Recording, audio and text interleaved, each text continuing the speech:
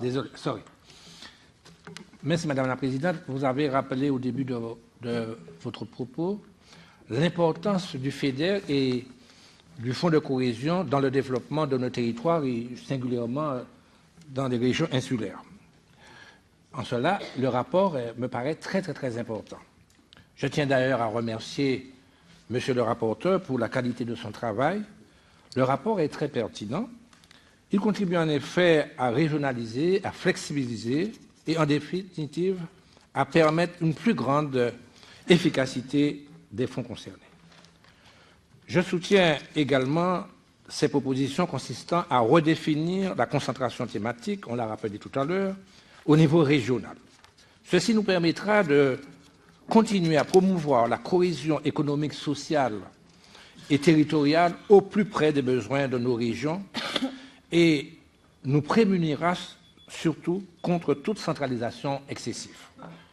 Ensuite, je tiens aussi à exprimer ma satisfaction quant à la proposition formulée par le rapporteur pour que les régions les moins développées utilisent au moins 30% de leur enveloppe pour soutenir des actions entreprises en faveur d'une Europe verte.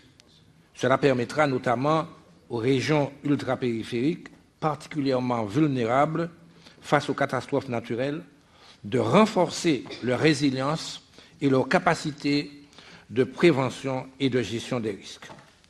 Néanmoins, je ferai, comme les autres collègues, un certain nombre d'amendements, deux particulièrement, parce qu'il me semble que le critère de classification des régions défini à l'article 3 gagnerait à refléter plus fidèlement et plus justement la diversité des réalités économiques locales si le PIB régional était mesuré en parité de pouvoir d'achat.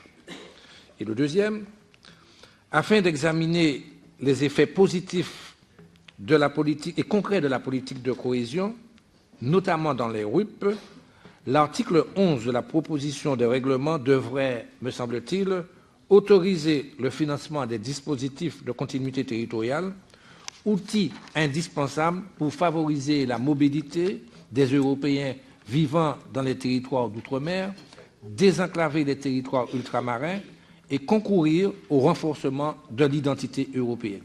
Je vous remercie de votre attention.